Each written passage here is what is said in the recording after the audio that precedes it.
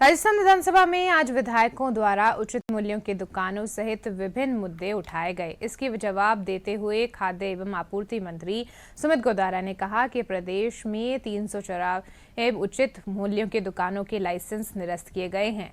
इनकी जगहों पर नई दुकानें आवंटित करने की प्रक्रिया जारी है। वहीं विधानसभा के बाहर पत्रकारों से बातचीत करते हुए शिक्षा मंत्री मदन दिलावर और विधायक अनीता बदेल ने कहा कि भारत और अमेरिका के बीच ट्रेड डील होने से इसका सीधा फायदा राजस्थान को भी होगा। भारत के प्रधानमंत्री माननीय नरेंद्र जी मोदी जी की रणनीति और कार्यशैली को कोई पा नहीं सकता है। विपक्ष कयास लगाता रहता है कि भारत को कैसे नुकसान हो और उसके बारे में नकारात्मक चर्चा देश में कैसे करें। वह सब विफल हो गई क्योंकि माननीय मोदी ने इस प्रकार की रणनीति तय की कि हमारे जो अमेरिका के राष्ट्रपति ट्रंप जी उनको झुकना पड़ा और आखिर में टैरिफ को कम करना पड़ा।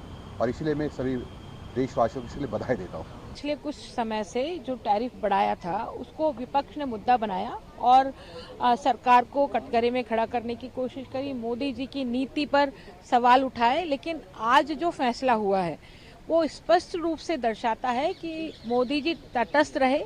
देश के हित में उन्होंने दिवाली के आसपास आत्मनिर्भर भारत और स्वदेशी की बात कही और अपने प्रोडक्शन को अपने ही देश में खपाने की बात करी। उसका बहुत बड़ा लाभ विदेशी निर्यात पर भी पड़ा और उसके साथ में देश में जो माल खपता था विदेशों का, उस पर भी इसका फर्क पड़ा और वो विदेशी कंपनियां ठीक प्रकार से समझ गई कि मोदी जी के नेतृत्व में वो ताकत है जो 140 करोड़ हिंदुस्तानियों के व्यवहार को बदल सकती है।